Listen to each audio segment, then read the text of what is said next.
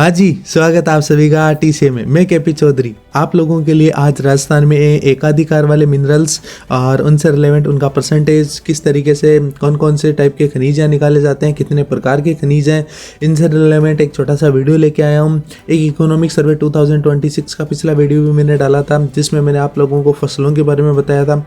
ये छोटे छोटे वीडियो आप लोगों के लिए कम टाइम में आप ज़्यादा चीज़ें देख सके, इसके लिए बहुत ही ज़्यादा यूज़फुल रहने वाले हैं। इसलिए हर वीडियो को आप लाइक किया करो, अपने दोस्तों के साथ शेयर करो और प्यारे प्यारे कमेंट्स किया करो, चैनल को सब्सक्राइब कर लो ताकि नई वीडियो की नोटिफिकेशन आपके पास सबसे पहले पहुंच जाए। तो चलिए वीडियो को स्टार्ट करते हैं। तो राजस्थान में एकमात्र उत्पादक का मतलब है मोनोपोली मिनरल्स इन राजस्थान। तो देखिए, सबसे पहले याद रखने इनके नेम, क्योंकि हर एग्जाम में एक क्वेश्चन इनका पूछा जाता है ऑलमोस्ट। याद रखना है ये पॉइंट। देखिए, जो एकाधिकार वाले है ना, यानी जो मोनोपोली है, एक तो कैल्साइट की मोनोपोली है, सिल्वर की यानी चांदी की यहाँ पे मोनोपोली है, नेचुरल जिप्सम की यहाँ अपने पास मोनोपोली है, और जिंक एस का है उसकी मोनोपोली है, और सेलेनाइट और वोलेस्टोनाइट, ये याद रखना है, वेरी वेरी इंपॉर्टेंट है। वोलेस्टोनाइट और सिल्वर, ये दो तो राजस्थान एकाधिकार है। कहने का मतलब है पूरे भारत में सिर्फ राजस्थान जो स्टेट है ना, उसमें ही इनका जो खनन होता है। याद रखना है, वेरी वेरी इंपॉर्टेंट है ये।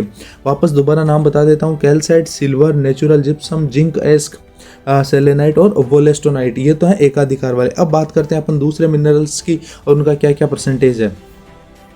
तो देखिए, राजस्थान देश में के खनिज संसाधन में राजस्थान की जो हिस्सेदारी है ना, उससे रिलेवेंट ये पॉइंट है। चलिए स्टार्ट करते हैं। सबसे पहले अपन स्टार्ट कर लेते हैं यहाँ पे पोटास से।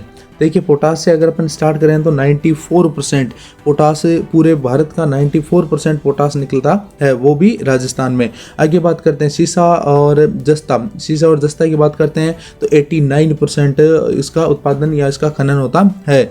आगे देखिए, जो चांदी है इसका 88%, तभी इनके एकाधिकार हैं। आगे देखिए, वोलास्टोनाइट या वोलेस्टोनाइट, ये याद रखना है, 88%। नेक्स्ट की बात करते हैं तो गेरू देखिए, ये रहा गेरू, और 81% के साथ।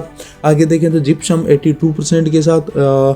बेंटोनाइट की बात करते हैं तो 75%। इनके परसेंटेज आपको वैसे डायरेक्ट याद नहीं रहे तो भी आप जनरली की रिलेट कर सकते हैं।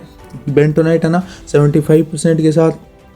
इसके बाद नेक्स्ट की बात करते हैं अपन, तो नेक्स्ट की बात करें तो फॉल्स अर्थ 74%, डोलामाइट की बात करें तो 72%, फेल्ड्स्पार की बात करें तो 66%, मार्बल आपको पता ही होना चाहिए, संगमरमर, और वैसे भी राजसमंद में मार्बल की बहुत बड़ी मंडियाँ हैं तो मार्बल याद रखना है 63%, एस्बेस्टस की बात करें तो 61%, तांबा एस की बात करें तो 54%, कैल्साइट की बात करें तो 50%, और आगे बात करें तो स्टीएटाइट सोप जो स्टोन स्टीएटाइट या फिर जिसको टेल्क बोलते हैं वो 49%, बाल क्ले की बात करें, एक तरीके की मिट्टी होती है ना बाल क्ले, तो 38%, और नेक्स्ट की बात करें तो रॉक फॉस्फेट 31%, और इसके अलावा अगर अपन और देखें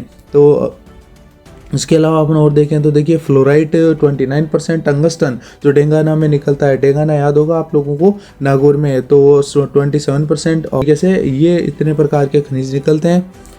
तो कुल मिला के इतने प्रकार के राजस्थान में खनिज निकलते हैं। ये वाले पॉइंट एक बार आप दोबारा देख लेना, वीडियो को पॉज करके इनको याद कर लेना। पोटास 94% इंपॉर्टेंट है, सीसा जस्ता 89% इंपॉर्टेंट है, जो यहाँ आपको पता ही होना चाहिए, उदयपुर में देबारी एंड चित्तौड़गढ़ में उधर इसका बहुत ज़्यादा खनन होता है। तो इसके अलावा अपन और देखें तो जो इम्पोर्टेंट है उसमें जिप्सम है, तो जिप्सम 82% है। इसके अलावा और भी कई प्रकार के खनिज निकलते हैं, लेकिन ये वो खनिज है जो काफ़ी इंपॉर्टेंट है और एग्जामों में बार बार रिपीटेड फॉर्मेशन में आते हैं। एक आप लोगों को कॉपर भी याद रखना है, जो कॉपर कहाँ निकलता है आप लोगों को पता होना चाहिए, खेतड़ी झुंझुनू में निकलता है। इसके अलावा लोएस्क भी याद कर लेना, और ये इस तरीके से। और एक एल्यूमिनियम का कौन सा यहाँ पे एस्क निकलता है तो बॉक्साइट निकलता है। तो इस तरीके से ये अच्छे अच्छे पॉइंट्स मैंने आप लोगों को बता दिए हैं। इसके साथ ही मैं आप लोगों को ये भी बताऊंगा कि मैंने इकोनॉमिक सर्विस से रिलेवेंट भी एक अच्छा पॉइंट आप लोगों के साथ शेयर किया था, वो वाला भी आप जरूर जाकर के वॉच आउट करना। और एग्जाम से रिलेवेंट मैं डायरेक्ट जो पॉइंट है उनके बारे में डिस्कस कर रहा हूँ, तो ज़्यादा टाइम आप लोगों का वेस्ट नहीं हो रहा है। अगर आपको अच्छे लग रहे हैं वीडियोज़ तो आप लाइक किया करो, अपने दोस्तों के साथ शेयर करो और चैनल को सब्सक्राइब कर लो, ताकि कोई भी जैसे नया कोई छोटा इन्फॉर्मेशन वीडियो है तो आप लोगों को उसका नोटिफिकेशन सबसे पहले मिल जाए। ठीक है, इसी के साथ आप लोगों का टीसीए में बने रहने के लिए धन्यवाद। Thank you all of you.